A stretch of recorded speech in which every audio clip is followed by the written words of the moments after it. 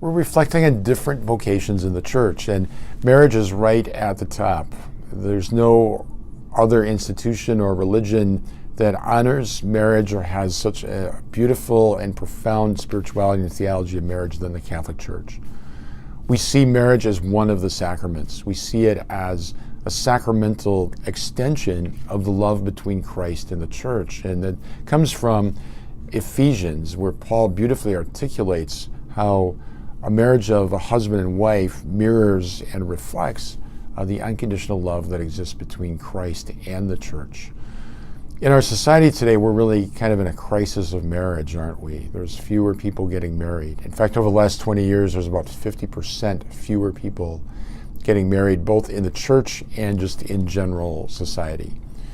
So for a plethora of reasons, there's many people that simply are choosing not to get married or are postponing it, as well as having children.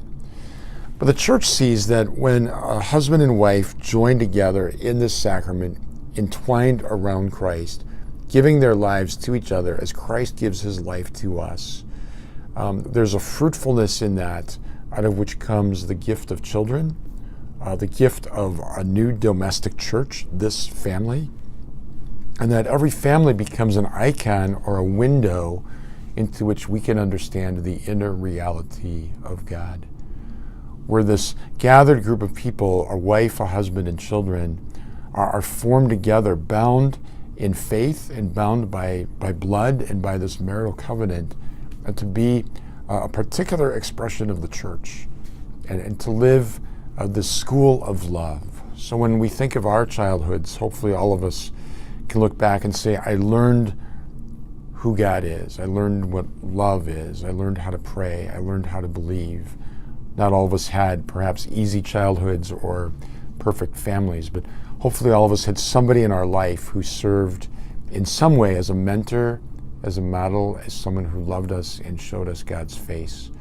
So in marriage, we see a reflection of the unconditional love of God, the sacrificial love of God, and the joyous generosity of God. And when a wife and a husband give themselves to each other, that gift is extended. When you think about it, when a couple gets married, what they're saying is, no matter how much you change, no matter how much I change, no matter the difficulties, no matter the challenges, no matter what happens to us, I will always be faithful to you. That's a remarkable statement in a culture that today is contingent and conditional about everything, where everything is temporary. And because there's that unconditional statement of fidelity that grounds Christian marriage, we can say that it's an identification with and an expression of God's unconditional love for us. So hooray for marriage. Bring it on. We need many young and holy couples getting married. This past Saturday, I was blessed to do a wedding of a couple. Get this, they're 21 years old. They have 1 year of college left. I mean, who's getting married at the age of 21, right? They also both go to Mass every day, not just every Sunday. So that couple witnessed to me of what it means to fall in love with God and to give one's life away.